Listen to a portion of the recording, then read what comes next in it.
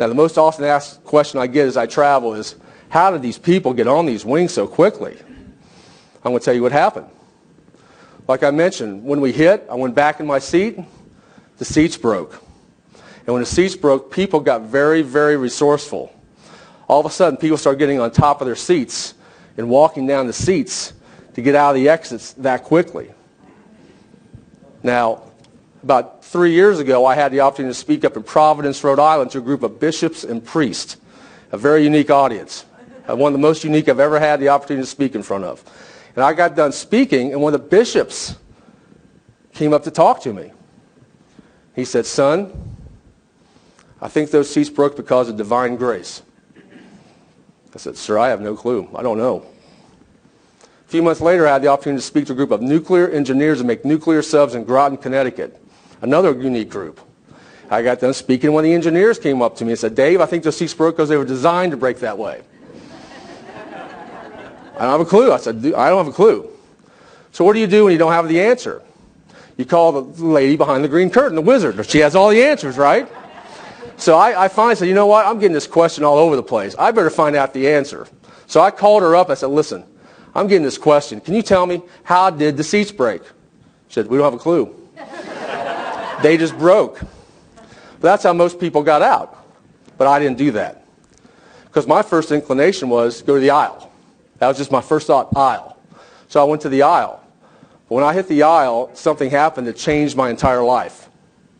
My mom kicked into my head. See, my mom passed away in 1997. But there was something she told me when I was a kid that just sort of popped into my mind at that moment. And it was, if you do the right thing, God will take care of you. And to me, the right thing was you take care of other people first. So I just waited to help people out. Now, it wasn't like a minute. You got to remember, things are happening. Things are rolling. It's maybe 30 seconds max, maybe 40, I don't know. But it wasn't that long, but it was long enough. So we got everybody out from the back of the plane. And then I started making my way up the aisle. Could you go to the next slide, Alex, please? Now you got to remember, not only did the seats break, but the bins broke. And all the further up I could get was 10F. And the first picture just happened to be released on Good Morning America was me trying to get out of the plane. When I got out to 10F, I tried to get out. It was an amazing sight. There's no room on the wing for me. There's no room on the boat for me. They're already filled up, but it was an amazing sight because there were people already being rescued. Captain Sullenberger's right. I've heard him say it every interview I've heard him. He says it, and he's exactly right. He says he and Skiles got everybody down that day, and the crew and passengers got everybody out that day. But the real heroes were the first responders. And the first of the first responders was the New York waterways, the ferries. They were there in about 2 minutes after this plane crashed.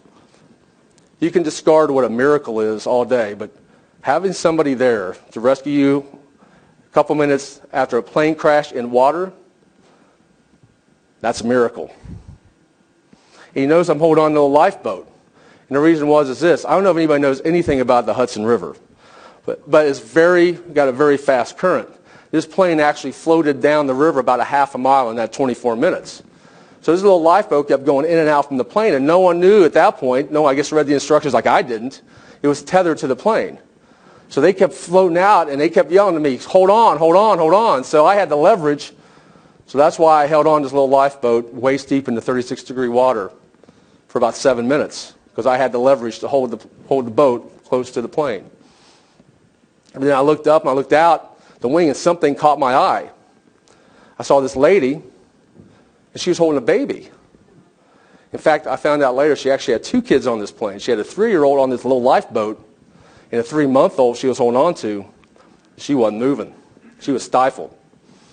And 2 things just went through my mind just really quick. First thing was, man, if she tries to get on this boat with this kid, now you got to remember, not only is it 36-degree water, you got jet fuel all over the place. I don't know if anybody here's ever walked on jet fuel, but it's slick.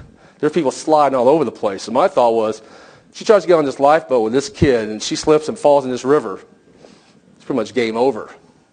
But then all of a sudden, the mind shifted really quick to the business side. I said, man, if she doesn't move, how am I going to get out of here? Because she's standing in the middle of the wing, and she ain't moving. So I just did what came naturally. I mean, you got to remember, adrenaline's going now. I mean, you're almost out. I yelled, "Throw the baby! Throw the baby!" Well, logically, I knew she wasn't going to throw her baby. I knew that logically. But what happened was I got her attention. And she looked at me, she's like, what? It's amazing where people are in crisis situations. She's this lady with her blonde-haired lady with a head turned to the right, sitting in front of the boat. She just happened to be a mother of 3 from Knoxville, Tennessee. And she heard me yell at this lady. And after she heard me yell at this lady, she looked up at this lady and said, give me the baby. And all of a sudden, this lady turns and gives her the baby and gets on this lifeboat. And now people are walking down the wing. Things are happening. About 2 years ago, I got this package from that lady. I carry it with me. It had 2 things in it. First thing, I had a notice that thank you for helping my family.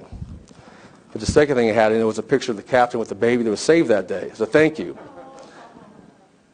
Now, candidly, I don't think I did anything that significant by yelling at her. I don't think the lady from Knoxville did anything that significant. My belief system tells me this. That lady did something pretty significant. Let's just think how much faith it had to take to give your baby up to some guy who's screaming at you, and some lady you don't even know, and you give your baby up. That takes a lot of faith.